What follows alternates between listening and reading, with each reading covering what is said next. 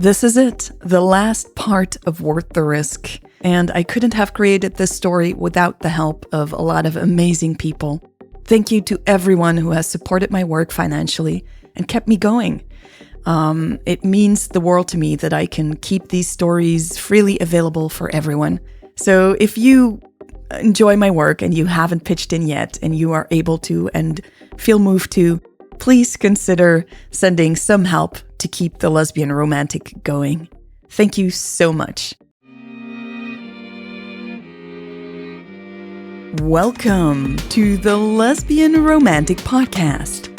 This is Worth the Risk, Part 40. Schat.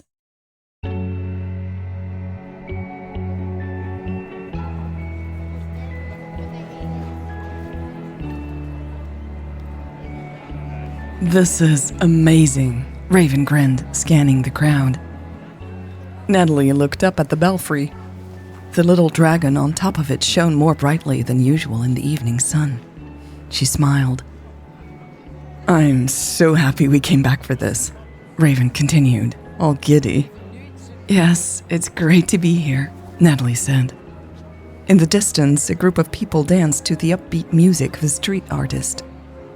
Natalie felt her shoulders loosen up a little as she took in the smiles on the faces around her. It had been 3 years since the previous Ghent festivities had occurred. COVID had made the previous 2 editions impossible. Before the pandemic started, the 10-day festival had been a big deal to Natalie. She had such fond memories of these festivities. Dancing in the street until the sun came back up. Watching theater shows performed in the park, falling in love on the dance floor of the local gay bar. Natalie had told Raven stories about the whole city transforming into one huge open-air party. Raven had been transfixed by the pictures of thousands of people crowding the centuries-old streets. Raven had loved the idea so much that she had insisted they move up their plans to travel back to Europe. Initially, they had planned to fly to Belgium in August. After hearing Natalie's stories, Raven had wanted to come here 2 weeks early. Natalie had been hesitant at first. She had grown fond of Raven's sister and mother.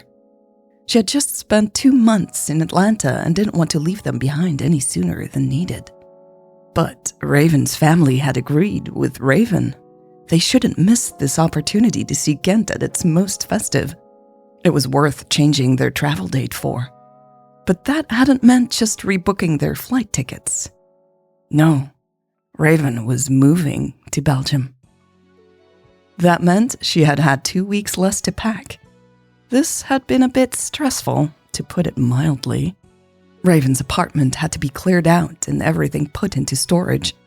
Furniture had to be sold, stuff driven to the local charity. These were giant steps for them after being together for only a year. The practicalities had been demanding to take care of.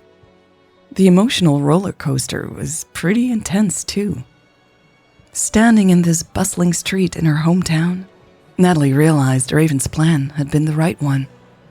2 weeks extra in Atlanta would only have meant 2 more weeks of packing up. Pesky tasks tended to take up the time you allowed them to take up. Natalie was happy that this was behind them now. They could start their lives together in earnest. To make things easier, they both had 3 more weeks of vacation to allow them to settle in. And to party in the streets of Ghent. Why is that guy pushing a washing machine through the street? Raven asked, laughing. Natalie's eyes scanned the street until she found the man. Oh, she chuckled, recognizing the street artist. I've seen him before. He placed the drums on it. So cool, Raven said. We need to make sure to see that. No problem, Natalie replied. I think there are bubbles involved too, by the way. Really? Coming out of the machine? Raven said, looking as happy as a kid in a candy store. Yep, Natalie confirmed. Unless he changed his act, but I doubt that. I don't even know where to start, Raven said, gesturing at everything that was happening around them. Natalie laughed. It's a lot, but we have time to see it all. You want to just walk around for a bit and see what we bump into? Yes, Raven said and tugged at Natalie's hand. Let's go. They walked through the crowd, away from the belfry. Raven slipped her arm around Natalie and pulled her closer. Natalie glanced sideways and studied Raven's smiling lips. Butterflies stirred in her stomach. Not only was Raven beautiful, she was also the most extraordinary person Natalie had ever met. The last year had simply been the happiest time of her life. Their start together had been rocky, but things had changed so much. Raven had not run away from conflict or intimacy even once in the year they'd been together. Natalie had never seen anyone so committed to a relationship as Raven was. She felt seen and heard by her. She felt like they were a team. Having a long-distance relationship had been challenging. They had seen each other as often as possible, but missing Raven had become increasingly hard. Luckily, Natalie had been allowed to take an extended time off to be with her in Atlanta. Now, a whole new chapter had started for them, and it was a big deal. Luckily, they hadn't been forced to get married to be able to live together. Raven's boss had turned out to be extremely committed to keeping her working for the company. She had convinced the Berlin office to hire Raven and take care of all the documentation for her living in Europe. Raven could work from home most of the time, with a visit to Berlin whenever it was needed. That's City Hall, right? Raven asked, as if picking up on Natalie's thoughts. Yep, Natalie grinned. That's where we'll get married one day. Raven grinned back at her. I really want to do that one day. Natalie leaned over for a kiss.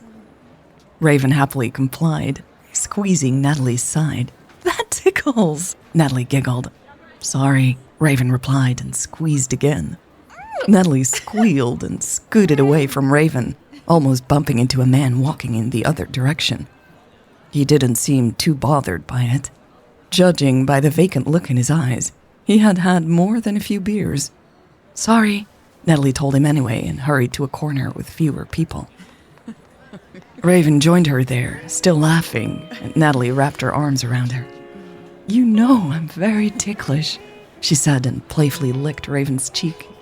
Yuck, Raven said and rubbed her cheek. You know I hate that. They both knew Raven actually thought it was funny. You only hate it in public, Natalie said softly in her ear and flicked her tongue over Raven's earlobe. Raven groaned and pulled Natalie closer. Natalie buried her face in Raven's neck, feeling like she would burst from joy. She sniffed Raven's skin and let out a long, happy sigh. Is this real? Natalie asked. I still can't believe it sometimes. Raven rested her forehead against Natalie's, her brown eyes sparkling. It's real, baby. We're here. We don't have to miss each other anymore. Ah, thank God, Natalie sighed. She kissed the tip of Raven's nose. You can relax now, baby, Raven said, stroking Natalie's cheek. Natalie felt her face heat up. I have been a little tense, haven't I? She asked. Raven agreed, smiling. Just a little. Sorry, Natalie said. I don't know why I can't relax a bit more, especially now. That's okay, Raven replied, kissing Natalie's forehead. We've had some intense weeks. We sure did, Natalie said, nodding. Raven frowned a little. Was it too much? I wonder if I pushed you too hard to get here in time for the festivities. Natalie shook her head. No, it was the right call to make. I think I just feel a bit overwhelmed by everything, even though it's all good things, you know? Oh yeah, Raven said. You need processing time. I get that. Natalie nodded again. That's a good way of putting it. She looked deep into Raven's eyes. A feeling of embarrassment suddenly came over her. What was Raven feeling if she was already having trouble adjusting to all these changes? You feeling okay? Raven asked, rubbing Natalie's shoulder. Yes, Natalie replied, covering Raven's hand. I just thought, everything must be much more intense for you. You gave up everything and... Hey, Raven interrupted her. Don't you start thinking like that. I didn't give up everything. I made a choice. But your family back in Atlanta, Natalie pouted. My family urged me to do this because they knew it's what I want and what I need, Raven said. My mom and Jasmine support me on this. They support us. I know that, Natalie said softly, shifting her feet. Schat, I need you to trust me on this, Raven said. Natalie giggled. She couldn't help it. What? Raven asked, tilting her head. Her eyes widened in realization. I said it wrong again, didn't I? Yeah, Natalie grinned. Sorry, I just couldn't help it. It's so cute when you say Schat. Except I don't say Schat. Natalie giggled again. I say Schat, Raven continued, her eyes twinkling. And I love it when you do, Natalie said and kissed Raven. God, I'm so in love with you. And I'm in love with you, Raven whispered. So much. That's why I'm here. Because I want to be here. Because I want to build this life with you. Natalie's eyes teared up. Fuck. I'm so happy, she chuckled. Raven wrapped her arms around her and squeezed tight. So am I, baby. They stood like that for a long time, cuddling and kissing. Natalie hardly noticed the thousands of people singing, dancing, and walking around her. She only had eyes for one person, the woman in her arms. Hey, lovebirds, someone chirped nearby. Enough with the kissing, all right? Natalie looked up, smiling. Hey, bestie, she said, her eyes meeting Kim's.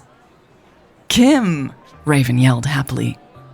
She spun around and opened her arms. Kim readily stepped into the embrace. Welcome to Belgium, she said. Thank you, Raven replied with a smile from ear to ear. I can give you lots of tips on how to deal with these weird Belgians, Kim said, winking. Hey, who is going to give me tips on how to deal with two crazy Americans? Natalie asked and stuck out her tongue. Raven and Kim laughed. I'm sure there's some advice on YouTube, Kim joked. Plus, you did this to yourself. She patted Raven on the back. So good to have you back. When is your date coming? Raven asked, entwining her fingers with Natalie's. Kim's expression sobered. In 30 minutes. I'm so nervous. You should be, Natalie teased. It's been ages since you went on a proper date. You're rusty. It was Kim's turn to stick out her tongue. Can we watch from a distance? Raven asked, joining the banter. No, Kim roared. I will throw something at you if I catch you doing that. Not a great first impression to make, Natalie warned Kim, raising her hands in the air. I don't think Cynthia likes that kind of stuff. I am leaving, Kim said, shaking her head. I need to calm down, and you two are not helping. All right, just go, Raven said, wiggling her eyebrows. Text us if you need help. Sure will, Kim said and waved. See you later, Natalie yelled after her. Kim waved again and disappeared into the crowd. She's great, Raven smiled. I'm glad you think so, Natalie said, resting her head on Raven's shoulder. I think she is too. We have a lot to thank her for, Raven continued. Natalie thought for a moment. I guess we do.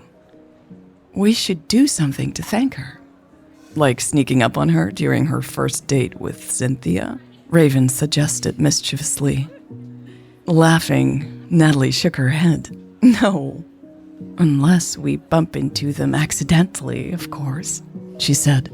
But let's go watch that washing machine guy first. Great plan, Raven said and pulled Natalie into another hug. I can never get enough of you, Natalie said, her lips brushing over Raven's. Good, Raven replied and almost kissed her. The end.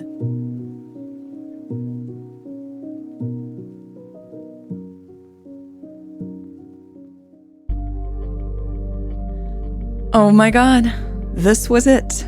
The end of Worth the Risk. And I guess my sixth, yeah, I'm saying it right, sixth story. Wow, time flies when you're having fun. I want to thank again everyone who has enjoyed this story with me by giving me feedback and sending me messages about it and talking to me about it. It has been incredible. And of course, you know who you are. A couple of people who have truly helped me by giving me feedback almost every week or every 2 weeks on my writing. Thank you so much. And yeah, I guess I should share something about the next story. So I am taking a break as usual to work on the new story. So I've got to come up with the big storyline, and that takes some time. So I will be back on September 13th, I think, with the first episode of a new story. Okay, I just checked my calendar. Yes, September 13th. The first episode of the next story will be available on this podcast channel. Of course, I will release the first episode a little earlier on the website and Keybase and, of course, Patreon. And so keep an eye on those channels if you can't wait to hear the first episode of the next story. Oh, and maybe I should share something about the story. Should I? I don't know. It's been fun kind of teasing you about it. But yeah. Okay. Many of you were right. The next story will be a sequel to Connection Concealed.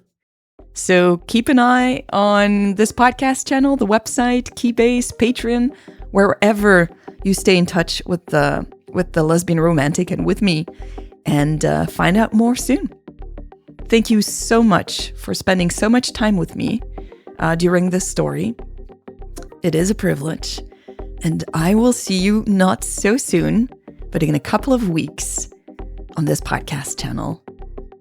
Bye.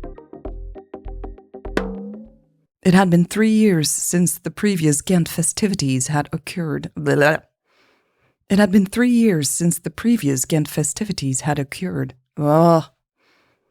It had been 3 years since the previous... It had been...